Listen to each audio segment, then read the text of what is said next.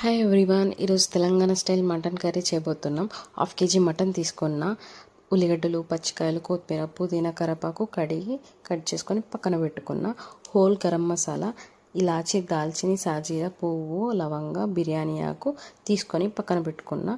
కుక్కర్లో నూనె వేసుకొని జీలకర్ర అండ్ హోల్ గరం మసాలా కూడా వేసుకొని కొంచెం సేపు వేగించాలి.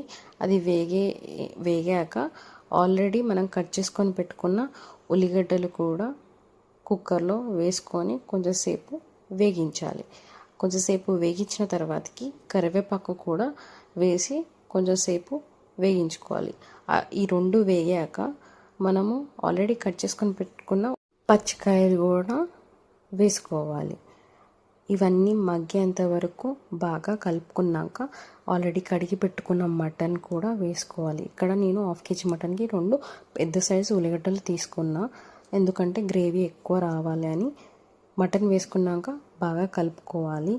కలుపుకున్నాక అల్లం వెల్లుల్లి పేస్ట్ వేసుకొని బాగా కలపాలి, పచ్చివాసన పోయేంత వరకు అండ్ ముక్కకు పట్టేంత వరకు మగ్గించుకోవాలి.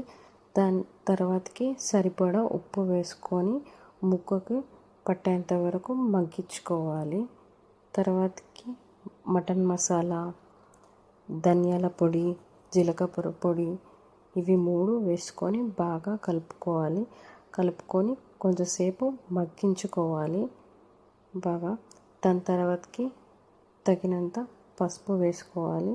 పసుపు వేసుకొని కూడా బాగా మగ్గించాలి. దాని తర్వాతకి కారం, మేము కారం బాగానే తింటాం, అందుకని 3 స్పూన్ల కారం వేసుకున్నాం. మీరు చూసి దానికి తగినంత వేసుకోండి. కారం వేసుకొని కొంచెంసేపు నూనెలో కారం మగ్గేంత వరకు ఉంచుకోవాలి.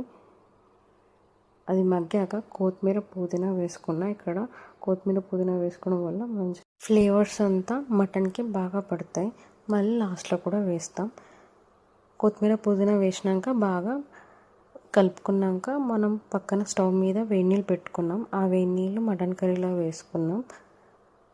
కొంచెంసేపు కలిపి ఇక్కడనే ఉప్పు కారం చూసుకొని 5 విజిల్లు వచ్చేంత వరకు విజిల్ పెట్టుకొని తీసేస్తే మన Telangana style mutton curry ready. లాస్ట్కి కొత్తిమీర గార్నిష్ చేసుకుంటే మన కర్రీ రెడీ అయిపోతుంది. మీకు ఈ కర్రీ నచ్చినట్టయితే like, share and subscribe to Viju Surya channel. Thanks for watching. Bye bye.